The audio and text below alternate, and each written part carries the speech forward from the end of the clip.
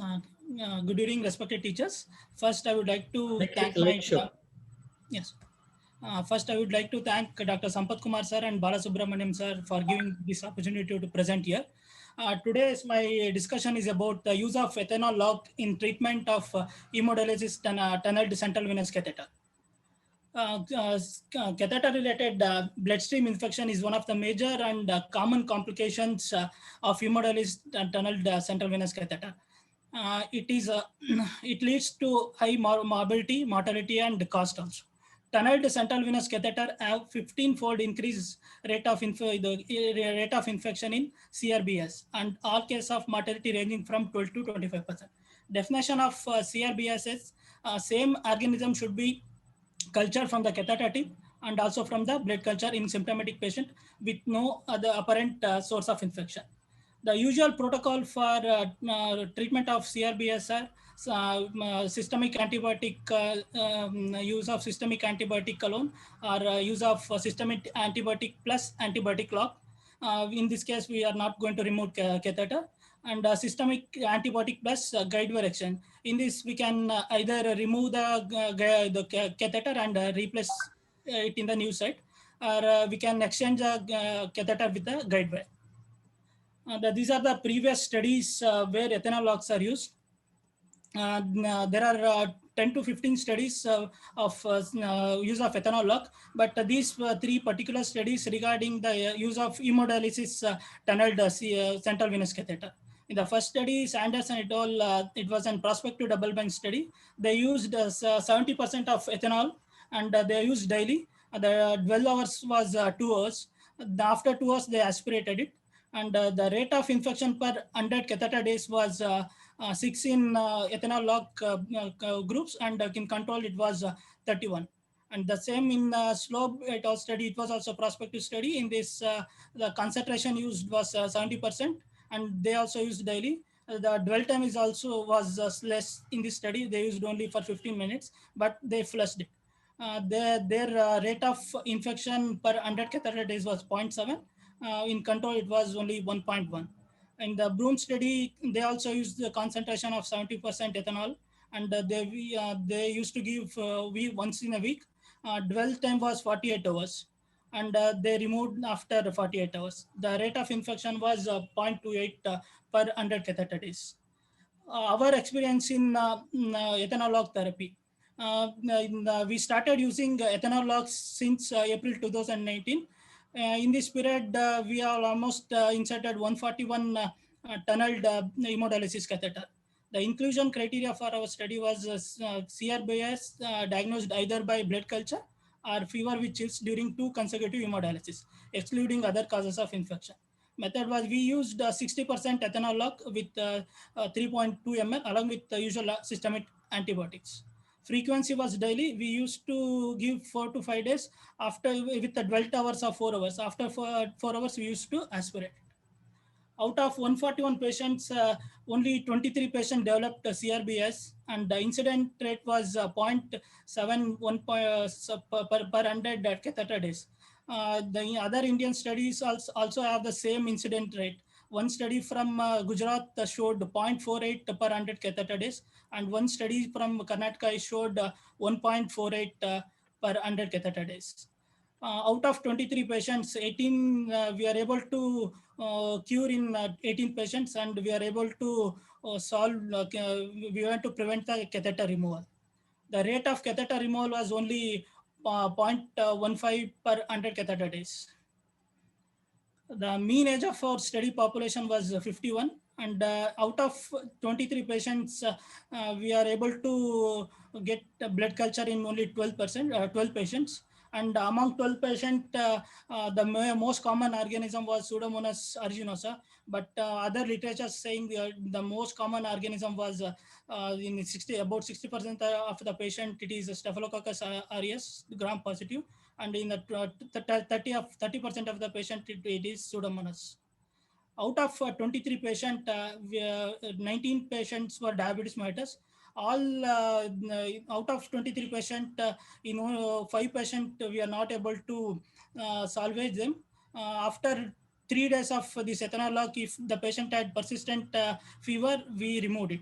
all the patient had diabetes mellitus. Conclusion, ethanol lock therapy along with systemic antibiotics is beneficial in the treatment of CRBSI, and it prevents early removal of tunneled hemodialysis catheter. It is relatively inexpensive and also prevents antibiotic resistance. And cost-wise, it is very cheapest. We used to charge almost 20 rupees for each daily 20 rupees for that. We used to give 4 to 5 days for that. Thank you, sir. Yes, Dr. Vandana, if you are there, you can give a quick comment and feel free to exit.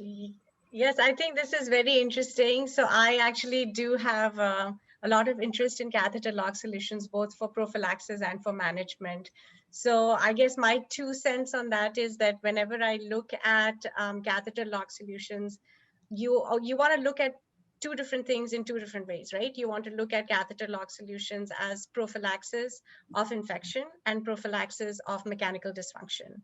And again, you want to look at it for management of catheter dysfunction, mechanical dysfunction when you have a clot or anything else, as well as then you want to look at management. So a lot of cath lock solutions, I know that alcohol, going back to your study, has been used a lot in not in the dialysis population per se, but in patients with long dwelling catheter lines. So it's just a matter of time before it comes to our dialysis catheters. There are some catheters that are not compatible with alcohol, but I'm sure you looked at that before you did the study.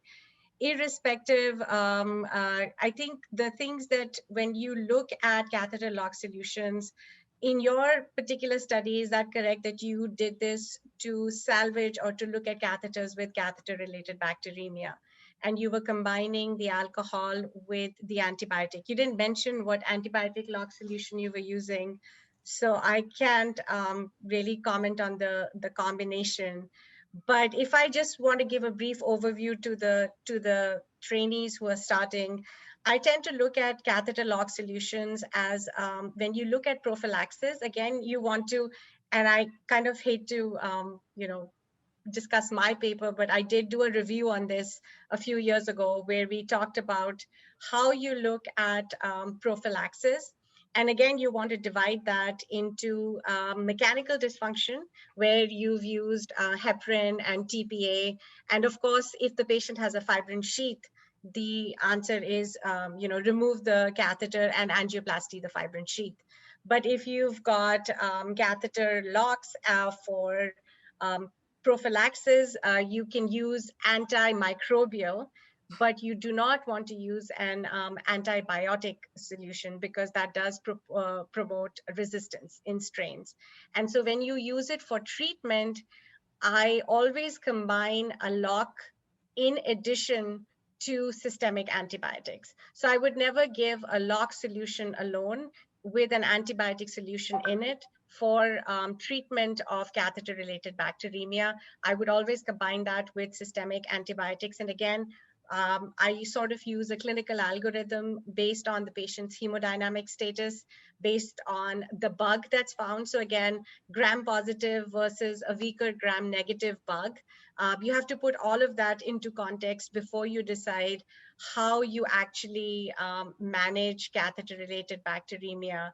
And the choice of the lock solution is really an adjunct or a supplement to systemic antibiotics with or without exchange of the catheter. So if it's a gram-positive, like MRSA, I would definitely just get rid of the catheter.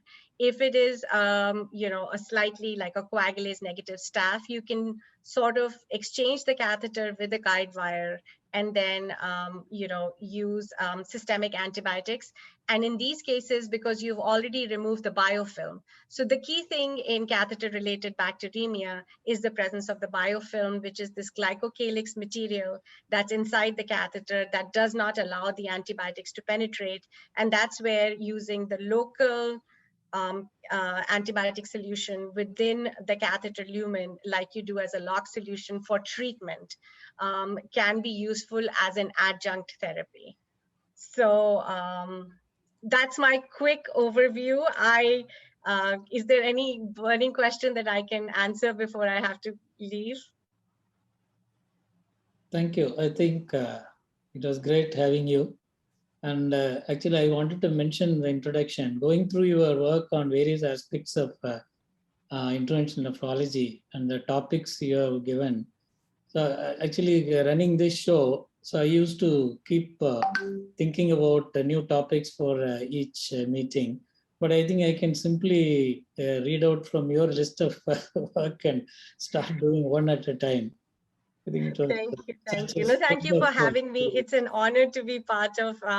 I was just talking about when Dr. Sundarajan brought up the Wim Silverman. So my first kidney biopsy was in India, in Delhi, under General Narula. And I remember doing the Wim Silverman. We used to go blindly, and we used to, watch it go left and right. And then my PD catheters, my first PD catheter was placed in India on our acute PD patients. We would fill the stomach with saline and use the trocar to, do acute PD in our patients. So everything I know in nephrology, I started from India. So I'm so humbled that you invited me to be a part of this today. So thank you. I know Dr. Mehta told me that he talked to you as well. So thank you to all of you for inviting me today. And I'm sorry that I have another commitment and I have to leave, but this is a wonderful forum and the presenters were superb. Really enjoyed listening to both their presentations. They were fantastic. Thank you. Thank you. Thank you very much. Thank you. Having you here. Thank you. Here on the audience, if you have questions, you can put on your mic and ask direct.